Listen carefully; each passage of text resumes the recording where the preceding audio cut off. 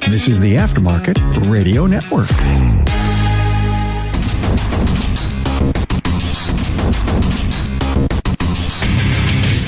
Welcome, everyone, to yet another episode of Diagnosing the Aftermarket. I'm Matt Fonslow, and you're not. So, I guess to really start out, I'd like to thank my sponsor, NAPA Auto Care. Since its relaunch in 2020, the NAPA Auto Care member site has continued to evolve to keep members updated on all the NAPA programs, promotions, benefits, and other information available to help their businesses thrive. If you're a NAPA Auto Care member, visit member.napaautocare.com to access the member portal. Not a NAPA Auto Care center? Contact your servicing NAPA Auto Parts store to learn more about how you can join the NAPA family. So I was kind of thinking about things, I guess like I normally do, which usually gets pretty random. I've gotten a couple of emails and messages from listeners, which I really, really appreciate. I keep them coming, ideas, thoughts, stuff like that. It does mean a tremendous amount. But a few are asking me for like advice or, how do you get to be where you're at? And I mean, first of all, not even to just play the, Scott Manna modesty card, but the reality is I don't know what that even means. I don't know what success means short of being happy and or content. I suppose they have to be both, right? It'd be tough to be happy, but not content or malcontent. But I don't even know what that means. I still feel like I have further to go, more money to try to make, not just for me, but the shop and everybody else there, to get better at what I do, because I still make mistakes. I still flub, take too long to do something. I think in retrospect, I should have been able to do much faster. It's really tough for me to acknowledge success or try to at least involve my name in that. But I guess trying to take a step back and with the outside looking in, I guess I can see why that would be as well. You know what? My answer is luck, which sounds maybe like I'm trying to escape out the back, but I've put a fair bit of thought in this, which I guess doesn't mean a whole lot. So what? There's a lot of things I think about that I don't think lend much credence, but whatever. I think about it. I've thought about this a lot, and then I started digging. This may end up being my most controversial episode ever. I don't even know if I have much for controversial episodes. I suppose the magnetic fields one could have been considered controversial and whatever, but that this may end up being fairly controversial, especially to those who deem themselves successful, feel they're successful, believe people when they tell them that they're successful, that I am going to attribute a large portion of their success and whatever my success is to luck. I'm not trying to make this sound like it's all about me. Really not. But if we're going to have a discussion, and we'll just, for the sake of this discussion, say that I have some level of success, that whatever level that is, that's desirable, that first of all, there's a lot of things that go towards it that I had nothing to do with. I had no choice in the matter. It's pure luck. One, I was born in the United States of America. Okay. That's pure dumb luck. Two, I was born white. That's just the reality. 3, I was born male. So those things right out of the gate put me in a very elite company worldwide for success, just right out of the gate. And now, I'll try a little bit to try to focus more on just the profession now, how it's affected me professionally. And, I think these are things that have contributed to it. And they're all really just me being lucky. I was born on a farm. I was born on a farm when it was still necessary to be able, or not just necessary. Necessary is not the right word, but still reasonably possible to do on the fly repairs. So if the baler broke down, it was still within, maybe not mine. I don't want to say like me specifically, but the farmers, operators of this equipment could get it back up and running without needing like a technician there or a laptop. You know, if we're talking about modern farming, a lot of times that involves a laptop and some hack software. Back then, didn't need any of that. No joke. Hammer, vice grips, baling wire, duct tape could get you a long ways. And then usually there was a busted down baler parked in the weeds somewhere that you could go rob parts off of. Or if we didn't have one, someone we knew had one. And you could call them up and say, hey, you know, you still got that old baler back there. Yep. Do you still think it has whatever PTO on it? Oh, no, that's been gone for years. But you know who has one? Blah, blah, blah. Okay. You could run over, grab it, swap stuff later, pay money, whatever. That's really rough to do nowadays. So I was lucky there. Another one. My grandparents owned a farm implement dealer. And I don't mean that for the ability to fix the baler in the field. I'm talking about from a relatively young age on up into, well, the farm implement portion would have been into middle school. I think middle school. It would have been they would let go of the farm implement portion, the Massey Ferguson and New Holland equipment when I was going into high school. But all the way up through there, summers, weekends, days off of school, a lot of times I would get to go up to the implement and hang out either with my grandpa. Some of the guys in the back were really good to me, really, really good to me, to let me watch, to let me help, to let me feel like I was helping. And a lot of times if I was going to do something later, if they felt like, okay, let's let them go goof around with this, I would mimic what I saw. I didn't even necessarily know exactly why I was doing it. I just saw Roger do it. And that got me into the game. Like, that got me close. If they came over to help or check on me, they're at least like, I see what you're doing. That's a good beginning. Let me show you something else. Or let me show you why that wasn't the way to go, or something like that. And then still up at the implement, I know I've said multiple times, not that this has to do so much with fixing cars, but my grandpa stuck me on a forklift. The forklift we had up there was basically it looked like a backwards tractor. It wasn't really. It was a real front to back forklift, but a way to describe it was a backwards tractor. And at a very, very young age, he had me on there. In retrospect, it's absolutely crazy. But again, I think it was about maybe 9, 10, maybe around 10 years old. I go to my dad, who not only farmed our farm, which was, I guess without getting into specifics about how much was tillable, but we'll just say over 100 acres, and then was a rural carrier, as if you want to say that was his primary job. And then when he was done with his route around 2-3 o'clock, he'd go up to the implement and really focused on fixing chainsaws, trimmers, blowers, stuff like that. So Johnsrud, Steel, Husqvarna were the lines that we sold up there. And he worked on everything. I mean, McCullough, Homelight, all that junk. That's what they brought up there. And he would fix that stuff. One day, and I'm pretty sure I was around 10, I go to my dad and say, hey, I want to fix chainsaws. And he kind of scoffed a little bit, but he went up to there's a machine shed up there, a pretty big machine shed. And they would collect used chainsaws. So if people traded in a chainsaw and another chainsaw, they would take the used one. And if it wasn't really able to be or worth getting running to sell used, they would throw it in a kind of a big bin. So we had the Johnsrud bin, the Husqvarna bin, the Steel bin, the Homelight bin, so on and so forth. He went up and he grabbed a couple of Johnsrud chainsaws, 621s for those of you keeping score. Neither one ran on its own. He told me to make one good one. I'm pretty sure he thought I would just give up. 5-10 minutes, Matt would be done, bored. But I stuck with it. Like, it was important to me. I really wanted to do it. I wanted to show him. And I didn't do it alone. I had help from the guys in the back. My dad helped me on some stuff. Like, I got it all together. Even before that, they helped me pound in the new crank seals because that would be very easy to muck up, and helped me verify I had compression when I got the jug over the piston. But I did get the piston ring squeezed and the jug slid down all by myself. Probably helped I had smaller fingers. I think it got harder as I got older. And then I got it all together. I had spark.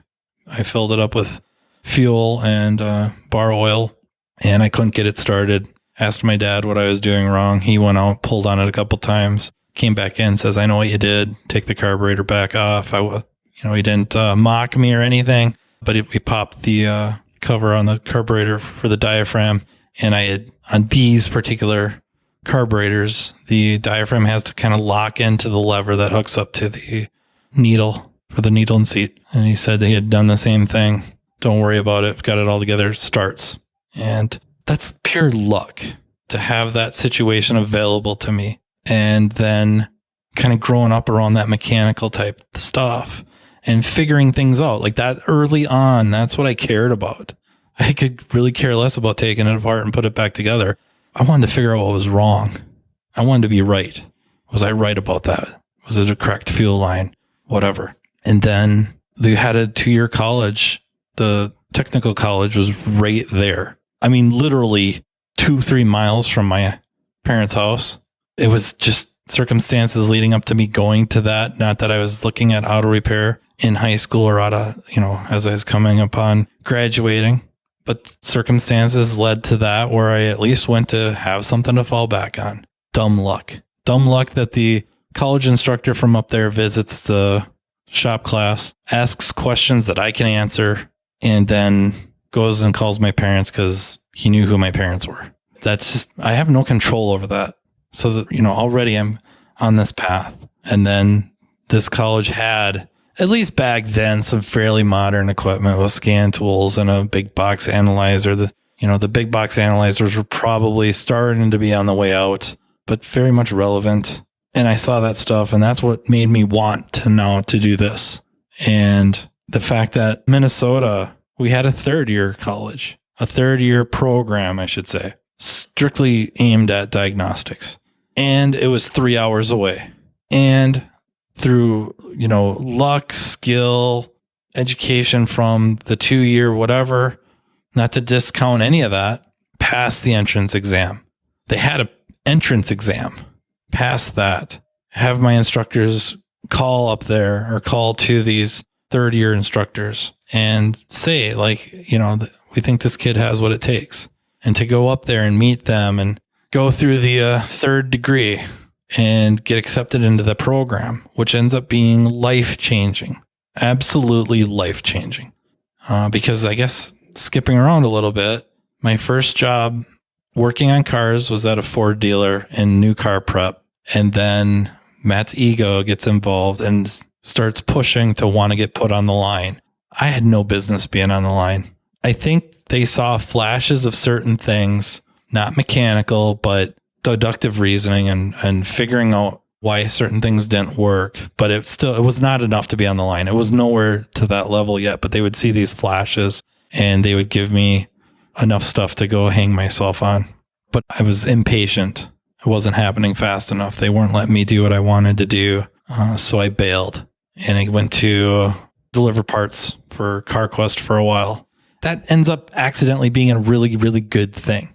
As odd as that may sound, because it allowed me time to process things and see things in action. So when delivering parts, right or wrong, is probably a distraction, but asking questions, seeing something, just kind of looking over somebody's shoulder, not for a long time, not trying to bug them or be an annoyance, but just see what's going on. And things starting to click a little bit. And then the part stores are set up with how they have to, what percentage they can use for salaries or wages. They wanted to hire another full-time counter person. I was unwilling to quit school to become a full-time parts counterman or anything like that. So they kind of had to let me go. And so I went to Tires Plus, and way not my bag. But I ended up being able to make a fair bit of money. Like, I did pretty good income wise, but really hated every second of it. During that time, a mechanic for another very small repair shop who was doing a ton of work out of his house, or at least out of his garage, not his actual house. He's doing a lot of work out of his house, opens up his own shop. I knew the guy. He was super nice. And Tires Plus, I got a car that had a check engine light on, no scan tool. I flash coded it with a paper clip. I kid you not. I went up to the front counter, grabbed a paper clip, flash coded it, code 23. Of course, now I know what code 23 is. It was on a General Motors. I think it was a Buick Regal 19. oh boy, 1984 Buick Regal had a feedback carburetor on it, 3.8 liter, code 23. Well, I know what that is now, but then I had no idea. It's 9:00 at night because that's the hours Tires Plus was open. And I knew one place would be open. So I called this guy that had just opened his shop and he answered right away. And I asked him if he'd help me what the code description was. And he said, yeah, on one condition, if you come see me tonight. So he told me what the DTC was for, the throttle position sensor. I put a throttle position sensor in this carburetor and evidently fixed it. And after my shift, 10:00, I went over to this guy's shop, and for a pay cut, I quit my job at Tires Plus and I went to work with him because he was going to let me do what I wanted to do. I had to do other stuff, a lot of other stuff, but I was going to get first dibs on diagnostics. And he had a reputation for being very good at diagnostics. And after I went to that third year course, I came back better. This is all luck. These aren't decisions I made, shrewdly. No way. This is pure dumb luck. NAPA Auto Care was top rated in a national survey by consumers of car repair in the chains and independent repair shops category. Ratings were based on courtesy, timeliness, quality, price of repair, and percent of times the problem was fixed on the first visit. NAPA Auto Care is the only banner program to make these ratings. Consumers are familiar with the NAPA Auto Care brand, and you can benefit. NAPA Auto Care has the largest network of independent professional shops in North America, with over 17,000 locations. Your independent repair facility can join this network and be supported through NAPA's national marketing with the already successful Know How for All campaign, which promotes auto care center specific offerings. You get support to promote your local repair facility with targeted media in local markets and in proven channels. Utilize a full calendar year of promotions with NAPA Auto Care sales driver promotions that are 100% fully funded by NAPA. This includes free email marketing, digital and print point of sale materials. Connect to their national presence by co-branding your locally known brand with the already nationally recognized NAPA brand. Partner with NAPA Smart Sign to educate customers with engaging videos that tell the why behind a needed repair or service. You can access and edit digital menu boards, template builder tools, social media feeds, and integrations with other auto care program elements. Offer a credit solution to customers with NAPA Easy Pay consumer financing. Stay top of mind with your business's name embossed on the credit card. Have an online presence when consumers search for a local repair facility on NAPA Online, which generates millions of views per month at no additional cost. If you are interested in partnering with NAPA Auto Care and capitalizing on the NAPA Know How for All national marketing campaign, contact your salesperson or servicing NAPA Auto Care parts store. Being in a shop that allows me to fail and succeed and fail and helps me where they can and puts me in a position to really start focusing. Even very specifically, the shop's starting to grow. So when I first started for this guy, it was him and his brother. And then they hired me. And then we hired somebody else and we kept growing and growing. And finally, there was a very specific day where there was a couple of vehicles in for electrical issues. And I was putting an evaporator in a Buick LeSabre. It was one you could do from the engine compartment. They're really not that hard. I didn't even have to cut the foam rubber out of the way, the noise bath stuff. And they were really struggling with these electrical issues. So after lunch, the owner tells us to switch. So those two took over my evaporator job and I went on these two vehicles. And that was really the last time I had to do much for R&R work. Maybe front brake job here and there, maybe super, super easy timing belt and 2-3 liter Fords. But it was generally the R&R work was very easy. They kept me figured out. And that's luck. That is luck ending up in that kind of an environment to cultivate a skill set. There's very little I had to do with that. That's what I wanted.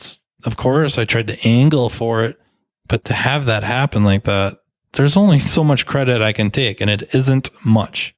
I guess I'm not trying to turn this into a life story type thing, although that's probably exactly what this is. It's the reality is how much success, again, whatever that means, is really less to do with the things we want to equate it with. Like it'd be so, I shouldn't say it would be so, but it is often attributed to, you're really smart, really intelligent, you're really hardworking, you've got a lot of perseverance, maybe a lot of integrity, maybe not, maybe a lack of integrity. I don't know. But these type of things are what we are taught, we are told, we would like to believe have to do with our successes. And yet it turns out that's not quite the case. Now that stuff's very important because it puts you in the game. So the reality is after all that, working in this shop, my luck could have really taken a bad shot, not nearly as bad as my boss at that time, because been with him for about 7 years, had no intentions of ever going anywhere else. And one fateful night, he goes on a snowmobile trip, gets into an accident, and becomes paralyzed from the chest down. And the shop closes. And now it's trying to navigate getting back to that environment I liked. And that was hard. That was really hard because other shops weren't set up like that. And bouncing around a little bit and, ending up at a pretty good situation as a shop manager for a while. I don't think I was quite ready to be a shop manager. Like the numbers and the theories and all that, I had that down pretty good, pretty good. I don't want to say like super high level, but enough that we could be successful. It was dealing with people and not so much customers, but fellow employees, colleagues, co-workers, stuff like that. Just not ready for it. Sometimes I wonder if I still am. The reality is then going to the training classes or trade shows and training conferences and stuff like that, I start meeting people and networking and hanging out with, I guess, like-minded type of individuals who were way smarter than me. And that leads to a job with what ends up being the largest distributor of Pico in, for sure, the United States, maybe North America. And, having a 3-year run there where, man, I learned so much and I got to network even more and meet so many different people. I didn't have a lot to do with that. Now the most you could say I did was put myself in a position, started stacking odds, right? That's kind of about what I attribute most of life in the universe to is probabilities. So I start stacking the probabilities in my favor. And I have some things that aren't so much my choice that help stack the odds in my favor too, with you absolutely have to have some certain level of intelligence, whatever that means, whether it's average, slightly above, slightly below. I have enough of that to succeed and to have success in troubleshooting. Okay. So that's hard to ignore, right? And I'm by no means an exclusive company there. There's a lot of really, really, really smart people in this profession and way smarter than me. But it's that right place at the right time, meeting the right people, personalities meshing really well, stuff like that. That's hard to really take credit for. It's just lucky. And going through that for a few years, really just missing home, because to take that job, we had to move roughly, 14-hour drive away, coming back home, being able to stay with my parents, my whole family with my parents for a while. It's lucky to have that ability. And that puts you in a position to kind of lean back a little bit and try to find the right situation. And finding a situation that allowed us to move out, buy a house, stuff like that. And then finding this shop that I'm at right now that gives me a lot of leash that I regularly run and hang myself with. But, the opportunity to do so much of what I like to do and care about doing. And then just knowing a guy who knows a guy is how I end up with this podcast. It really is, through this timeline at a training conference, meeting Ryan Koyman and having him reach out to me to join him, and somebody else I met through, really, it was when I met John Thornton and kind of became friends with him. He's like, I know somebody that went to that third year course that you went to, and, you know, I'm going to really need to introduce you to. And then he gets the chance to introduce us, and it's Dan Baumhart, and he becomes and remains seriously one of my very, very best friends. Just, he really is no BS, pure dumb luck. It's just, know a guy who knows a guy who knows a guy. Ryan calls me up to ask me to join him and Dan on a podcast with Carm about ASE workshops and the test writing process, or process for my Canadian fans, for my Canadian listeners. And I guess to back this up about the luck is there's some studies out there that kind of support this, that the most successful typically will chalk it up to hard work, perseverance, intelligence. They just outworked everybody else. And that is not to take away from all of that, because they wouldn't have been successful without it. But I think I've built up a pretty good case, especially in my circumstances, that how much of it had to do with just luck, right place, right time, right situation, you name it. And then, yeah, okay, there has to be some skill. There has to be some talent. There has to be some, you know, intelligence level. There has to be perseverance. You know, I don't want to ever discount the many, many midnight 1, 2, 3 a.m.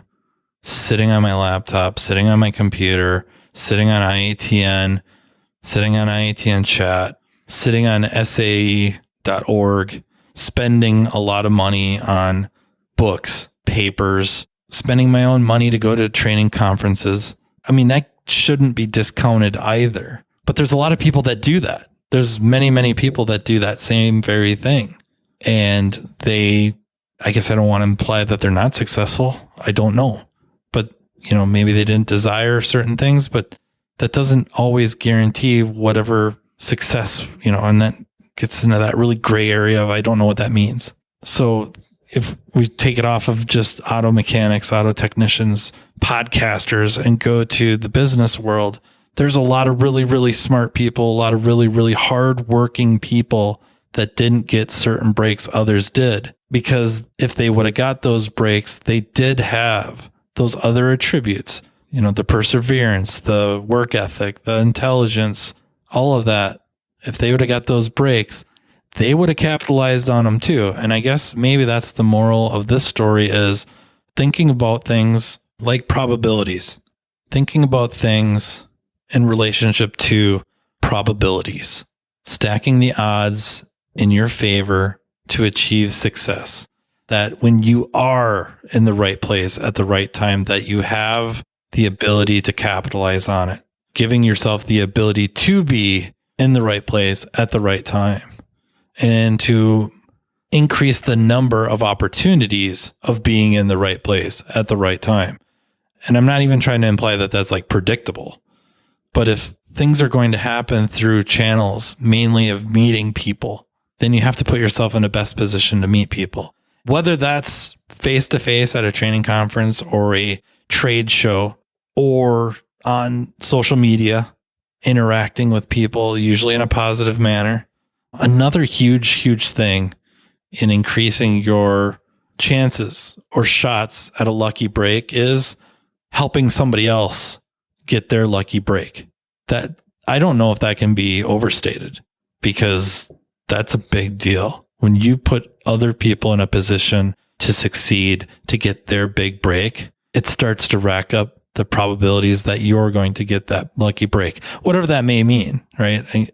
Some of the stuff we're talking about is kind of fuzzy on purpose, because it has to be. And kind of going back a little bit on the studies, one study I found is, I think, 1985 concerning hockey players. Big surprise, Minnesota, going to talk about hockey.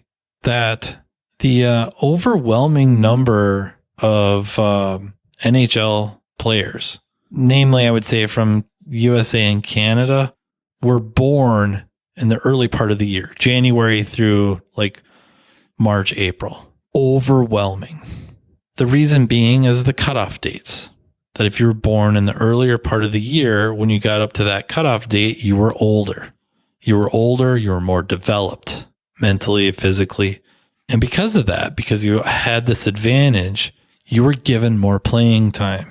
So even though over the years, the physical, mental gaps, if you will, start to shrink, time, ice time, game time, like game ice time is really tough to make up.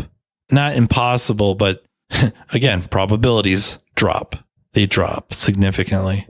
There's a fair bit of luck involved in the success of being a professional hockey player. If you were born, lucky enough to be born in a certain part of the year, gave you a much better chance of succeeding than someone born later in the year. And we find that another study, I believe, out of Italy, kind of shows that this luck stuff follows the Pareto law of distribution. Pareto law of distribution, many of you may not know it by that term. It's also known as the 80-20 rule. And it turns out luck kind of starts following this distribution, which is pretty mind-boggling. I guess maybe to start winding this down is I will have really, really missed the mark if you're looking at wherever you are and determining that you feel you're unsuccessful. And that becomes a really dangerous thought process just because what does it even mean?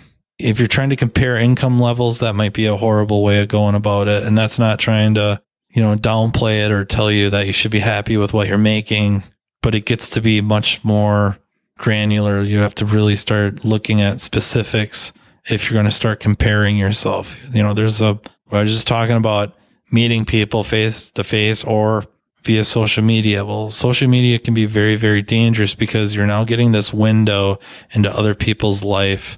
The problem is the window isn't across the street. It might be across the country, and things are much different, that you're no longer comparing apples to apples anymore. So just be careful with that. The number one thing is, are you happy? Are you content? That would be, I think, two really big, 1, 2, if you will, or maybe combined. They have to be combined. One, really important determining factors on success. Like if you're happy, really seriously, what else is there? But if you feel like you're not, that start thinking about things in probabilities.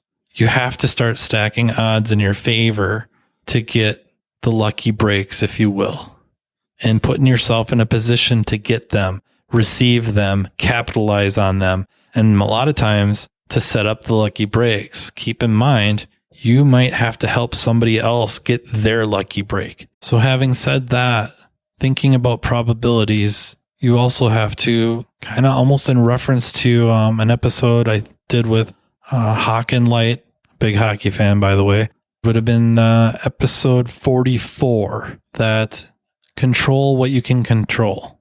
Control what you can control.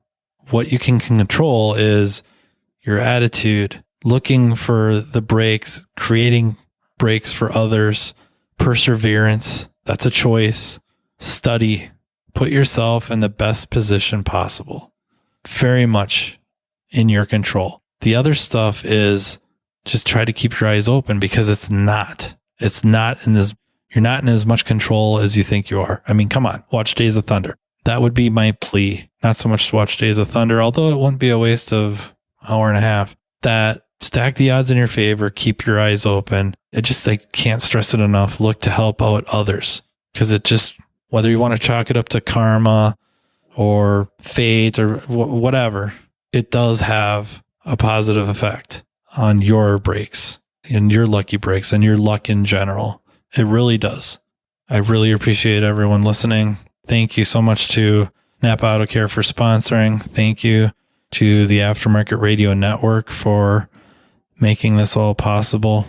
And again, keep the messages coming, the emails coming. You can reach me at mattfonzopodcast@gmail.com. Otherwise, I'm pretty easy to find on social media. You can private message me. And until next time, take care. You've been listening to Matt Fonslow, diagnosing the aftermarket A to Z on the Aftermarket Radio Network. Follow Matt on your favorite listening app. He's very interested in what you have to say. Let him know what you'd like him to cover and come on the show. Matt is all for advancing the aftermarket. Find Matt Fonslow on social media and connect or on aftermarketradionetwork.com.